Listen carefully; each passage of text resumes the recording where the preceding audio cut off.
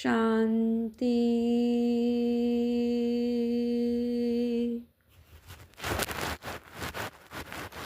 19/12/2024 প্রাতঃমুরলি। ওম শান্তি। বাপদাদা মধুপান। মিষ্টি বাচ্চারা, এই পুরুষোত্তম সঙ্গম যুগ হলো ট্রান্সফার হওয়ার যুগ। তোমাদের এখন কনিষ্ঠ থেকে উত্তম পুরুষ হতে হবে। বাবা কি বলছেন? কনিষ্ঠ মানে আত্মা একদমই তমপ্রধান হয়ে গেছে। তো সেই কনিষ্ঠ থেকে উত্তম অর্থাৎ শ্রেষ্ঠ থেকে শ্রেষ্ঠ পুরুষ অর্থাৎ আত্মা, শ্রেষ্ঠ থেকে শ্রেষ্ঠ আত্মা, উত্তম আত্মা হতে হবে। যেহেতু এটা পুরুষ উত্তম সঙ্গম যুগ। পুরুষ মানে আত্মা, উত্তম মানে সর্বশ্রেষ্ঠ। আত্মা সর্বশ্রেষ্ঠ হওয়ার যুগ। সঙ্গম কলিযুগের শেষ আর সত্য যুগের শুরু। সন্ধি যুগ, সঙ্গম যুগ, যেটা আত্মা তমপ্রধান থেকে শতপ্রধান হওয়ার ট্রান্সফার হওয়ার যুগ। একদম কনিষ্ঠ থেকে উত্তম, তাই বাবা বলছেন ট্রান্সফার হওয়ার যুগ। আজকের মুরলি থেকে প্রশ্ন, বাবার সাথে সাথে কোন বাচ্চাদের মহিমা গাওয়া হয়? উত্তরে বাবা বলছেন, যারা টিচার হয়ে অনেকের কল্যাণ করার নিমিত্ত হয়, বাবার সাথে সাথে তাদেরও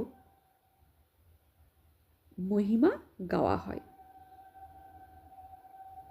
কারণ কারাবান হার বাবা বাচ্চাদের দিয়ে অনেকের কল্যাণ করান, তাই বাচ্চাদেরও মহিমা হয়ে যায়। বলে থাকে, বাবা অমুকে আমার উপরে খুব দয়া করেছে, যার ফলে আমরা কি থেকে কি হয়ে গেছি। টিচার হওয়া ছাড়া আশীর্বাদ পাওয়া যায় না। বাবা বলেন, অমুকে আমার উপরে দয়া করেছে, বাবা অমুকে আমার উপর দয়া করেছে, যার ফলে আমরা কি থেকে কি হয়ে গেছি। টিচার হওয়া ছাড়া আশীর্বাদ পাওয়া যায় না। তো কারোর বাবার কোর্স করিয়ে তার যদি উন্নতি হয়, তার যদি মনের অশান্ত কমে শান্ততা গতি আসে, তো সে কি বলবে মন থেকে? বাবাকে ধন্যবাদ দেবার, বাবাকে বলবে যে ওই আত্মা আমাকে আমার উপর দয়া করেছে, যার কারণে আমি কি থেকে কি হয়ে গেছি। তো যখনই সে বলবে যে কি থেকে কি হয়ে গেছি আমি, তো ওই আত্মার প্রতি তার আশীর্বাদ অর্থাৎ সৌভাবনা আসবে মনের থেকে, হৃদয় থেকে। তাই বাবা বলছেন, টিচার হওয়া ছাড়া এরকম আশীর্বাদ পাওয়া যায় না। ওম শান্তি। আত্মাদের পিতা তার আত্মিক বাচ্চাদেরকে জিজ্ঞাসা করেন, তিনি বোঝানো আবার জিজ্ঞাসাও করেন। বাবাকে এখন বাচ্চারা জেনেছে, যদিও কেউ কেউ সর্বব্যাপী বলে দেয়। বাবা বলছেন, যদিও কেউ কেউ সর্বব্যাপী বলে, কিন্তু তার পূর্বে তো বাবাকে জানতে হবে, তাই না? বাবাকে চিনে তারপর বলতে হবে যে বাবার নিবাসস্থান কোথায়। বাবাকে জানেই না তো তার স্থান কিভাবে জানবে? বলে দেয়, তিনি তো নাম রূপের থেকে পৃথক, অর্থাৎ তিনিই নেই। তাহলে যে নেই তার থাকার জায়গা সম্বন্ধে কিভাবে চিন্তা করা যেতে পারে? তার সম্বন্ধে সে জানেই না যে সে কি, তার রূপ কি, তার নিবাসস্থান কোথায়। কীরূপে জানে? যে তার নাম রূপ নেই, তাহলে তার থাকার জায়গা কিভাবে থাকবে? তো এরম ভাবনা নিয়ে ভগবানকে জানা যাবে না, তার জায়গাও জানা যাবে না, থাকার জায়গা। তো বাচ্চারা, এই কথা তোমরা এখনই জানো। বাবা তো প্রথমে নিজের পরিচয় দিয়েছেন, তারপর তার থাকার স্থান সম্বন্ধে বুঝিয়েছেন যে আমি, বাবা এসে প্রথম পরিচয় কি দিয়েছেন? অহম জ্ঞান স্বরূপম শিবহম শিবহম, অহম প্রকাশ স্বরূপম শিবহম শিবহম, অহম আনন্দ স্বরূপম শিবহম শিবহম। অর্থাৎ আমি জ্ঞান স্বরূপ শিব, শিব শিব, প্রকাশ অর্থাৎ জ্যোতি, আমার স্বরূপ জ্যোতি, আমি শিব শিব শিব, আর আনন্দ, আনন্দের সাগর সিং, আনন্দের স্বরূপ তিনি। তো এভাবে তিনি তার পরিচয় দিয়েছেন ব্রহ্মার শরীরে প্রবেশ করে। তারপর তার থাকার স্থান অর্থাৎ সে পরমধাম নিবাসী সেই সম্বন্ধে বুঝিয়েছেন। বাবা বলেন, আমি তোমাদের এই রথের সাহায্যে পরিচয় দিতে এসেছি। আমি তোমাদের সকলেরই পিতা, যাকে পরম পিতা বলা হয়। আত্মাকে কেউই জানে না। বাবার নাম, রূপ, দেশ, কাল যদি না থাকে তাহলে বাচ্চারা কোথা থেকে আসবে? বাবাই যদি নাম রূপের থেকে পৃথক থাকেন তাহলে বাচ্চারা কোথা থেকে আসবে? জিজ্ঞাসা করেছে বাবা। যদি বাবাই যদি নাম রূপ থেকে নিয়ারা থাকে তাহলে বাচ্চারা কোথা থেকে আসবে? বাচ্চারা যখন আছে তখন অবশ্যই বাবাও আছেন। তাই এ কথা সিদ্ধ হয় যে তিনি নাম রূপ থেকে পৃথক নন। বাচ্চাদেরও নাম রূপ আছে, সে যতই সূক্ষ্ম হোক না কেন। আকাশ সূক্ষ্ম হলেও তার নাম তো আকাশ, তাই না? যেমন এই মহাশূন্য সূক্ষ্ম, তেমনি বাবাও সূক্ষ্ম। বাচ্চারা বর্ণনা করে, এ এক ওয়ান্ডারফুল তারা, যিনি এনার মধ্যে প্রবেশ করেন, যাকে আত্মা বলা হয়। বাবা তো থাকেন পরমধামে, সে হলো তার থাকার স্থান। উপরে তো দৃষ্টি যায়, তাই না? আঙ্গুল দিয়ে উপরে ইশারা করে মানুষ স্মরণ করে। তাহলে যাকে স্মরণ করে সে নিশ্চয়ই কোনো বস্তু নয়। বাবা বোঝাচ্ছেন যে যাকে স্মরণ করে তাহলে সে নিশ্চয়ই কোনো বস্তু নয়। পরম পিতা পরমাত্মা তো বলা হয়, তাই না?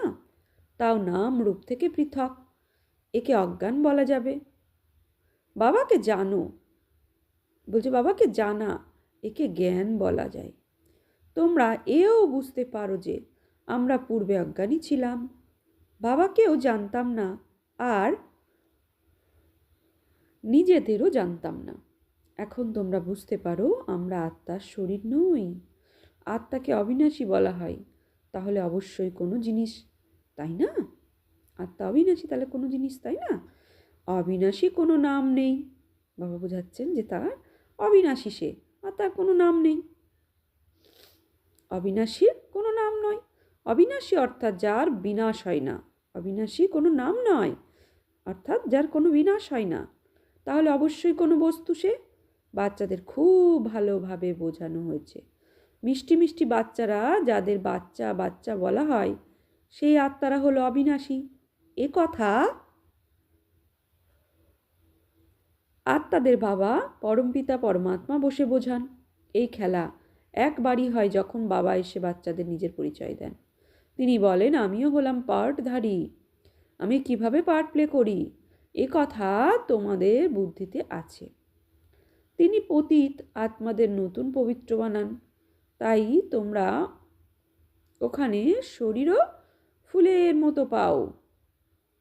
বাবা বলছেন, সত্যযুগে তোমরা শরীর কীরকম পাও? ফুলের মতো পাও। এ কথা তো বুদ্ধিতে আছে, তাই না? বাবা বলছেন যে এখন যদি শতপ্রধান যেমন হচ্ছি, তাহলে সত্যযুগে গিয়ে শরীরও আমরা কি ফুলের মতো পাবো। এ কথা তো বুদ্ধিতে আছে, তাই না? তোমরা এখন বাবা বাবা বলে থাকো। এখন এই পাঠ চলছে, তাই না? আত্মা বলে বাবা এসেছে, আত্মা বলে বাবা এসেছে আমাদের অর্থাৎ বাচ্চাদের শক্তিধামে নিজের ঘরে ফিরিয়ে নিয়ে যাওয়ার জন্য। শক্তিধামের পরে হলো সুখধাম, শান্তিধামের পরে হলো দুঃখধাম। শান্তিধামের পরে দুঃখধাম হতে পারে না। নতুন দুনিয়া সুখই সুখ বলা হয়, তার শান্তিধামের পরে সুখধাম অর্থাৎ নতুন দুনিয়া সত্যযুগী সৃষ্টি। এই দেবী দেবতারা যদি চৈতন্য হতো আর এদের যদি কেউ জিজ্ঞাসা করতো যে তোমরা কোথায় থাকতে, তাহলে বলতো যে আমরা স্বর্গের অধিকারী। এখন এই জড়মূর্তিরা তো তা তো কথা বলতে পারবে না। তোমরা তো বলতে পারো আমরা তো প্রকৃতপক্ষে স্বর্গে থাকা দেবী দেবতা ছিলাম, তারপর 84 জন্মের চক্র অতিক্রম করে এখন সঙ্গম যুগে এসেছি। এ হলো ট্রান্সফার হওয়ার পুরুষোত্তম যুগ। বাচ্চারা জানে যে আমরা অনেক উত্তম পুরুষ হই। আমরা প্রতি 5000 বছর নম্বর অনুসারে বলা হয়, প্রতি 5000 বছর অন্তর শতপ্রধান তৈরি হই আমরা। তো শতপ্রধানও নম্বর অনুসারে বলতে হবে। তাই এই সম্পূর্ণ পাঠ আত্মাই পেয়েছে। বাবা বলছেন সম্পূর্ণ পাঠ আত্মাই পেয়েছে। অহম আত্মা অর্থাৎ আমি আত্মা, এই পাঠ পেয়েছি। আমি আত্মাই 84 জন্মগ্রহণ করি। আমি আত্মা উত্তরাধিকারের সর্বত্র পুত্রই হয়, ওয়ারিস, তাই না? উত্তরাধিকারী, সব কিছুর উত্তরাধিকারী কি হয়? পুত্র হয়, কন্যা নয়।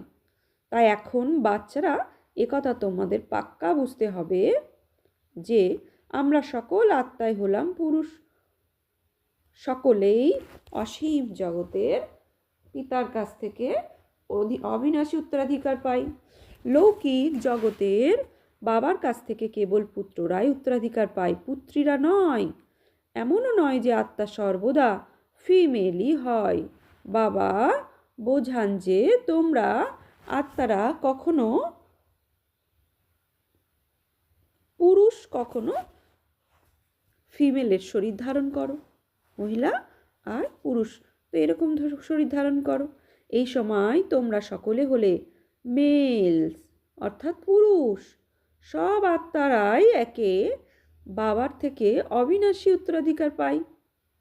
সব আত্মারাই এক বাবার থেকে অবিনাশী উত্তরাধিকার পাই। সব বাচ্চারাই এখন বাচ্চা, সকলের বাবা হলেন এক।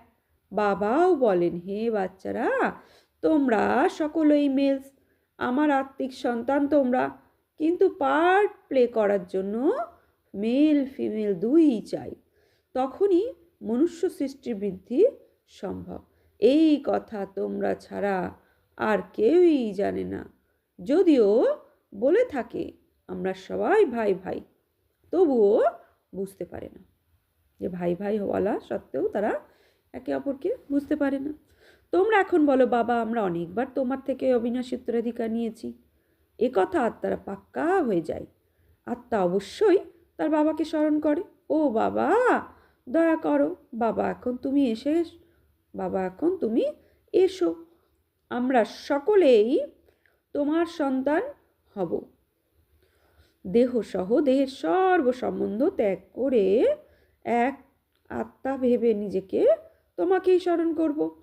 বাবা বুঝিয়েছেন যে নিজেকে আত্মা মনে করে আমি তোমাদের বাবা, বলছে আমি তোমাদের বাবা, তোমরা আমার স্মরণে, বাবা বলছেন তোমরা আমার স্মরণ করো। বাবার থেকে আমরা কিভাবে অবিনাশী উত্তরাধিকার পাই, আর প্রতি 5000 বছর অন্তর আমরা কিভাবে দেবতায় পরিণত হই, এও তো জানা চাই, তাই না? কিভাবে আমরা পতিত হই, আবার কিভাবে আমরা পবিত্র হই, এও তো জানা চাই, তাই না?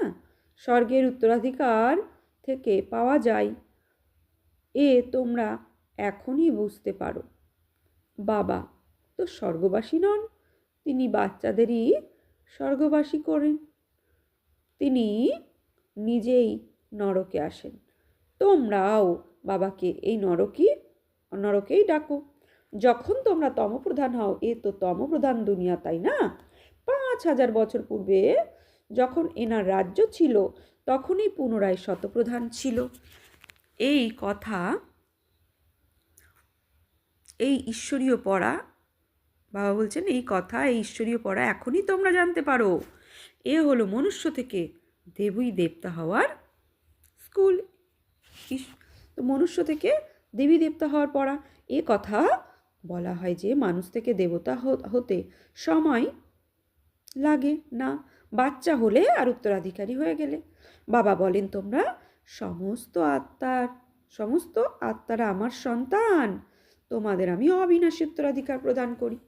তোমরা হলে ভাই ভাই, তোমাদের থাকার জায়গা হলো মূল বাতান বা নির্বাণ ধাম, যাকে নিরাকারী দুনিয়াও বলা হয়। সমস্ত আত্মারাই সেখানে থাকে। এই সূর্য চন্দ্রের থেকেও ওপরে তোমাদের সুইট সাইলেন্সের ঘর আছে, কিন্তু ওখানে তো তোমরা একেবারেই এত, বাবা বলছেন হ্যাঁ, ওখানে তো তোমরা একেবারেই থেকে যাবে পরমধামে। ওখানে থেকে গিয়ে কি করবে? সে তো জড় অবস্থা হয়ে যাবে। আত্মা যখন পার্ট প্লে করে তখনই চৈতন্য বলা হয়। আত্মা চৈতন্য কিন্তু পার্ট প্লে না করলে জড়ো হয়ে গেল, তাই না? তোমরা যদি এখানে দাঁড়িয়ে পড়ো, হাত পা না চালাও, তাহলে জড়ো হয়ে গেলে, তাই না? ওখানে তো শান্তি স্বাভাবিক থাকে, আত্মারা যেমন জড়ো অবস্থায় থাকে, কিছুই পার্ট প্লে করে না ওখানে। শোভা তো পার্ট প্লে করাতেই, বাবা কি বলছেন, শোভা তো পার্ট প্লে করাতেই, তাই না? শান্তিধামে কি শোভা হবে?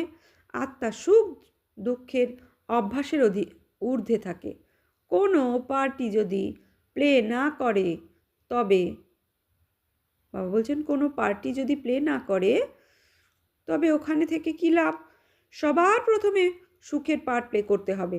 প্রত্যেকেই প্রথমে পার্ট পেয়ে যাই। কেউ বলে আমার তো মোক্ষ চাই, জলের বুদবুদে মিশে গেলাম, যেন আত্মা নেই। তো অনেকে বলে আমি আত্মা ও সাগরে মিলিত হয়ে গেলাম, বুদবুদে মিশে গেলাম। তো বাবা বলছেন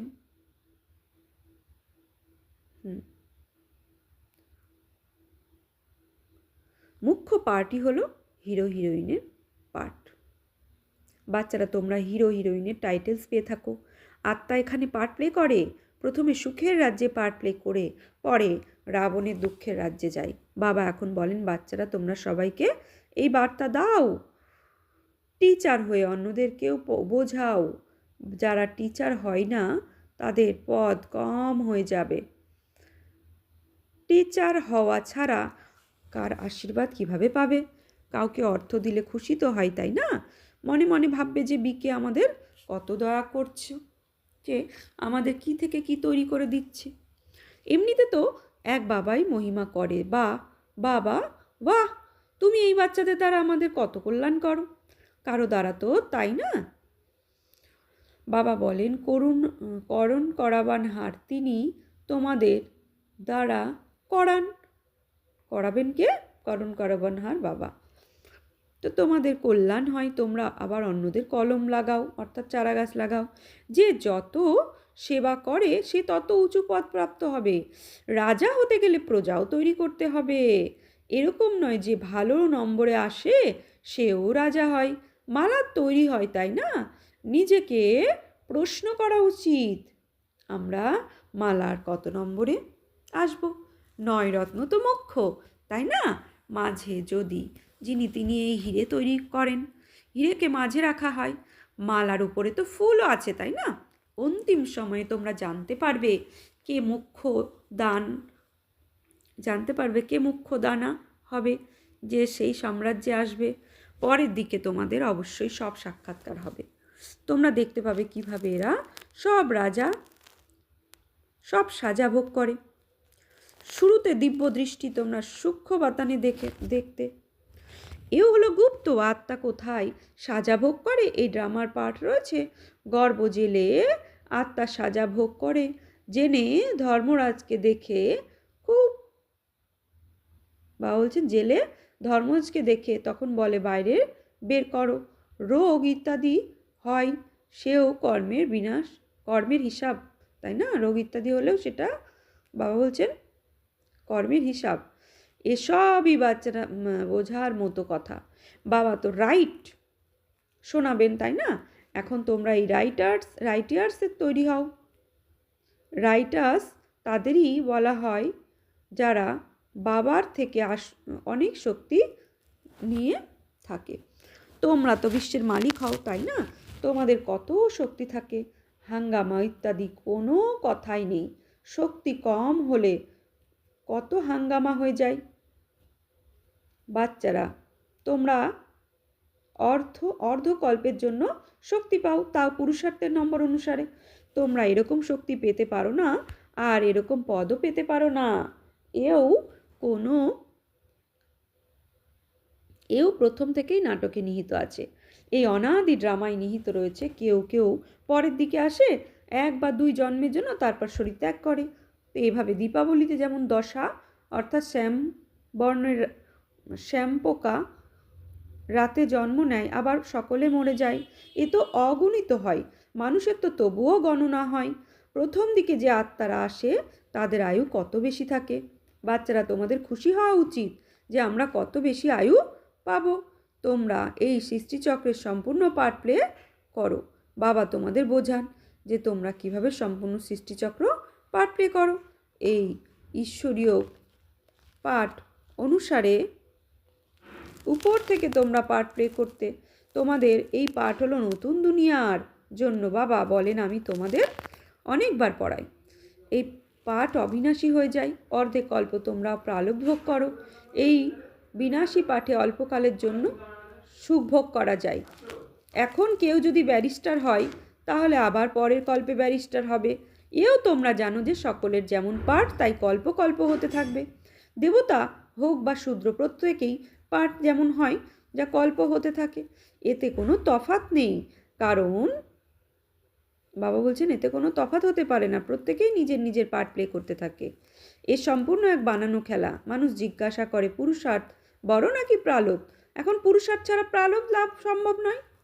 পুরুষার্থের আধারেই পালব হয়। তো ড্রামা অনুসারে পুরুষার্থ বড়, তাই না? তাই সম্পূর্ণ বোঝা এসে পড়ে এই ড্রামার উপরেই। কেউ পুরুষার্থ করে, কেউ আবার করে না। যদিও এখানে আসে তবে পুরুষার্থ না করলে প্রালোভ লাভ সম্ভব হয়। সম্পূর্ণ দুনিয়াতে যে একটি চলে সবই পূর্ব নির্ধারিত ড্রামা। আত্মার মধ্যে আদি অন্ত পর্যন্ত প্রথম থেকে এই পাঠ নিহিত রয়েছে। তোমাদের আত্মারা, বাবা বলছেন তোমাদের আত্মার মধ্যে 84 জন্মের পাঠ রয়েছে। এখন কখনো হিরে তুল্য হয়, কখনো আবার করিতুল্য হয়। এসব কথা তোমরা জানো না, তোমরা এখনই জানতে পারো। স্কুলে যদি কেউ ফেল করে তখন তাকে বুদ্ধিহীন বলা হবে, ধারণা না হলে বলা হয় ভ্যারাইটি বৃক্ষ। আর ভ্যারাইটি ফিচার্স, ভ্যারাইটি বৃক্ষের জ্ঞান বাবাই বোঝান। তিনি কল্পবৃক্ষের ওপর বোঝান, বট বৃক্ষের উদাহরণের ওপরে বোঝান। এই শাখা প্রশাখা অনেক অনেক প্রসারিত। বাচ্চারা বুঝতে পারে আমাদের আত্মা হলো অবিনাশী, এই শরীর তো বিনাশী। আত্মাই ধারণা অর্জন করে, আত্মায় 84 জন্মগ্রহণ করে। এই শরীর তো বদলে যায়, আত্মা একই থাকে। আত্মাই ভিন্ন ভিন্ন শরীর ধারণ করে পার্ট প্লে করে। এ তো নতুন কথা, তাই না? বাচ্চারা তোমরা এখন এই জ্ঞান পেয়েছো, পূর্বকল্পেও এইভাবে বুঝতে পেরেছিলে। বাবা এই ভারতেই আসেন, তোমরা সবাইকে ঈশ্বরীয় বার্তা, এই বার্তা পাবেন, দিতে থাকো। এমন কেউই থাকবে না যে এই বার্তা পাবে না।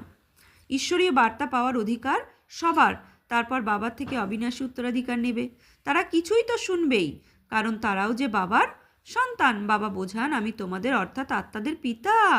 আমার কাছ থেকে তোমরা এই রচনার আদি মধ্য অন্তের জ্ঞান জেনে এই পদ পাও। বাকি সবাই মুক্তিতে চলে যায়। বাবা তো সকলেরই সদ্গতি করান। মানুষ গেয়ে থাকেন অহো বাবা তোমার লীলা। কি লীলা? কেমন লীলা? এ হলো পুরনো দুনিয়ার পরিবর্তনের লীলা। এ কথা তো জানা উচিত, তাই না? মানুষই তো জানবে, তাই না? বাচ্চারা বাবা এসেই তোমাদের সব কথা বুঝিয়ে বলেন। বাবা হলেন নলেজফুল, তোমাদেরও নলেজফুল বলেন। নম্বর অনুসারেই তোমরা তৈরি হয়ে থাকো। যারা স্কলারশিপ নেবে তাদেরকে নলেজফুল বলা হবে। আচ্ছা, মিষ্টি মিষ্টি হারানি দিয়ে বাচ্চাদের প্রতি মাত পিতা বাপ দাদা স্মরণে স্নেহ সুমন আর সুপ্রভাত। আত্মাদের পিতা তার আত্মারূপী বাচ্চাদের জানাচ্ছে নমস্কার। আমরা আত্মারূপী বাচ্চার আত্মারূপী বাপ দাদাকে জানাচ্ছি নমস্কার, সুপ্রভাত, ধন্যবাদ। ধারণার জন্য মুখ্য সার এক, সদা এই স্মৃতিতে থাকতে হবে যে আমরা আত্মারা হলাম মেল। আমাদের বাবার থেকে সম্পূর্ণ অবিনাশী উত্তরাধিকার নিতে হবে। মানুষ থেকে দেবতা হওয়ার পাঠ পড়তে হবে এবং পড়াতে হবে। 2, সম্পূর্ণ দুনিয়ায় যা কিছু অ্যাক্ট চলছে সে সবই হলো পূর্বরচিত ড্রামা। এতে পুরুষার্থ আর প্রালোভ 2 নির্ধারিত রয়েছে। পুরুষার্থ ছাড়া প্রালোভ লাভ সম্ভব নয়, সেই কথা খুব ভালোভাবে বুঝতে হবে। বরদান, যে কোনো সেবা সত্যিকারের মন দিয়ে বা একাগ্রতার সাথে করে সত্যিকারের আধ্যাত্মিক সেবাধারী ভব। যে কোনো সেবা সত্যিকারের মন দিয়ে বা একাগ্রতার সাথে করে সত্যিকারের আধ্যাত্মিক সেবাধারী ভব। যে সেবাই করা হোক না হোক তা প্রকৃতিও মন দিয়ে বা একাগ্রতার সাথে করলে তার 100 মার্কস প্রাপ্ত হয়। সেবাতে যেন বিরক্তি না আসে। সেবা করতে হয় তাই করছি এরকম যেন না হয়। তোমাদের সেবা হলো ভিখারিকে রাজা বানানো, সবাইকে সুখ প্রদান করা, আত্মাদেরকে যোগ্য আর যোগী বানানো, অপকারীর উপরেই উপকার করা, সঠিক সময়ে প্রত্যেকের সাথ বা সহযোগ দেওয়া, এরকম সেবা যারা করে তারাই হলো সত্যিকারের আধ্যাত্মিক সেবাধারী। স্লোগান, পবিত্রতাই হলো ব্রাহ্মণ জীবনের নবীনত্ব। এটাই হলো জ্ঞানের ফাউন্ডেশন। আচ্ছা, আজকে সমান নেব আমি সত্যিকারের আধ্যাত্মিক সেবাধারী ভব। ওম শান্তি।